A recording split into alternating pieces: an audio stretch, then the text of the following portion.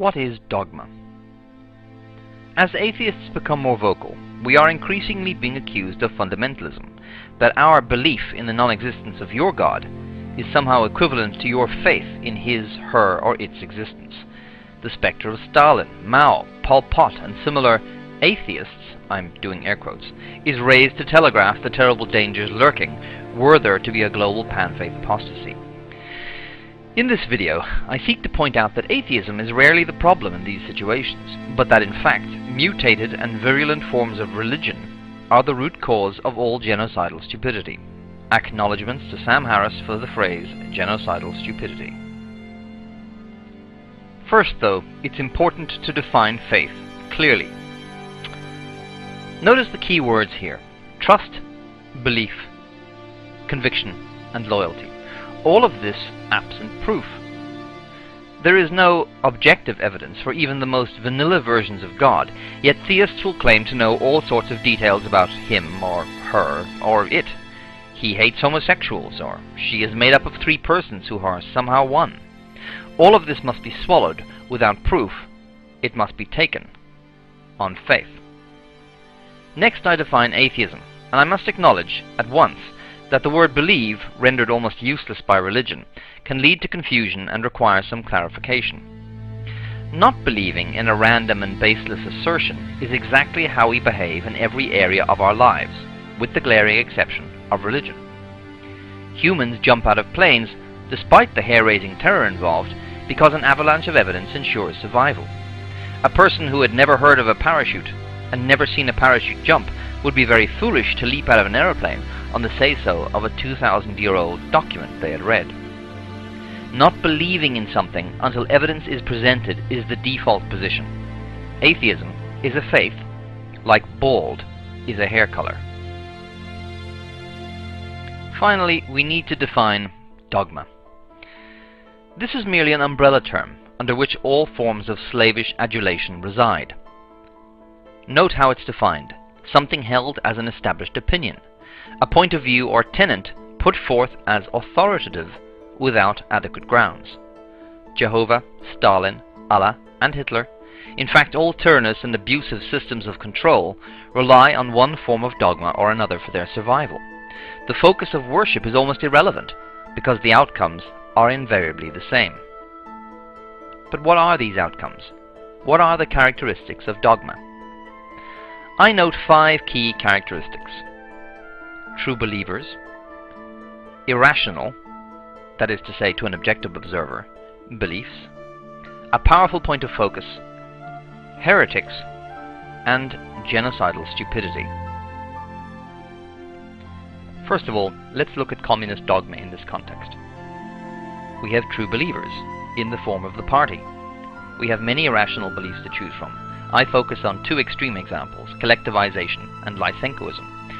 Collectivization led to a catastrophic drop in farming productivity and upheaval particularly severe in the Ukraine. It has been proven that millions died as a result of collectivization. Lysenkoism is a discredited form of genetics. In 1928, a previously unknown agronomist, Trofim Lysenko, invented a new agricultural technique promising to triple or quadruple yields of wheat. In reality, the technique was neither new nor useful. However, in the compromised intellectual environment of the Soviet Union, Lysenko won all the important political battles. Between 1934 and 1940, he convinced Stalin to arrest, imprison, and execute many of his colleagues. We can see from this remove that Lysenkoism was dangerous nonsense. In fact, it was clear even then, but few dared state the obvious in violation of state dogma. There are disturbing echoes of this disaster in the political promotion of creationism in the US today. We have a powerful point of focus, first in Lenin, later in Stalin, and ultimately in the state. All of an individual's desires, their hopes and dreams were to be sacrificed on the altar of the state. We have heretics. Trotsky disagreed with Stalin and paid for it with his life. In fact, the great purges of the Bolshevik Party ensured that the ranks were cleared of all who could oppose Stalin, and that ultimately his perspective and his view were to be accepted without question and with mindless and fearful obedience. Finally, we have genocidal stupidity. Combined with Lysenko's ridiculous theories, collectivization caused the deaths from slow starvation of untold millions of men, women, and children. Collectivization was a faith-based initiative. There was no evidence it would work. There was substantial evidence that it might do harm. Yet the Soviet state proceeded anyway. They proceeded on faith. So how does Christian dogma stack up against communism? Well, we have our true believers. I've taken the Catholics as the true believers, given that they are in the majority. We have irrational beliefs, such as the virgin birth, heaven, hell, the Trinity. We have a powerful point of focus in Jehovah, Jesus, the Holy Spirit, and God as one. We have many heretics. In the early centuries of the Church, you have Gnosticism. Then later, in the 15th and 16th centuries, Martin Luther and all that he represents emerges. In the 19th century, the Mormons. More recently, the Jehovah's Witnesses. And of course, we have genocidal stupidity. We have the Catholic Church's position on contraception, their teaching on AIDS in Africa. We have regular European pogroms, witch burnings, and of course, the Crusades. So Christian dogma and communist dogma fulfill all 5 of our key criteria for irrationality, and they stack up quite neatly alongside each other. How does Islamic dogma compare? We have our true believers in the Sunni. Once again, I've gone with the majority. We have our irrational beliefs, the most spectacular, in my view, being that the Quran is the most wonderful book ever written, and that if you can write something as wonderful as a single verse in the Quran, this would invalidate it. In my mind, a single page of anything written by Carl Sagan gives the lie to that claim. We have the virgin birth of Jesus, we have heaven, and we have hell as additional irrational beliefs. And of course, the heaven and hell idea are concepts that most mainstream monotheistic religions and their offshoots share. We have, of course, a powerful point of focus in Allah, somewhat more consistent, in fairness, than Christianity. We have heretics in the Shia and the Sufis, and a range of obscure sects that most Westerners have never heard of. And of course, we have, as always, genocidal stupidity in the form of the Taliban, the Crusades, and the underreported Muslim conquest of India. I draw all of this together with the example of Japanese emperor worship, or what I call the missing link.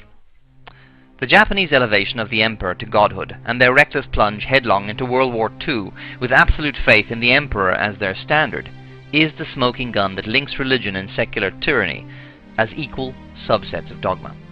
This is the bridge from "I kill for God who is invisible" to "I kill for the state."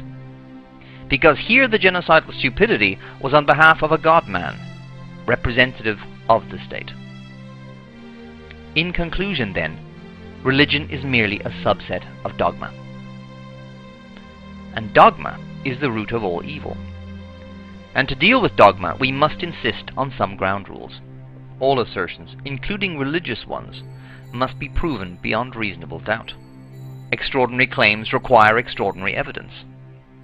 Recognize that you reject the claims of all other religions and extreme ideologies because you can objectively see that they are nonsense. You just need to take it one step further and apply those same critical standards to your own religion. Human inhumanity requires people to surrender themselves to someone or something, to do a Nuremberg and thus abdicate their responsibilities to something greater than themselves.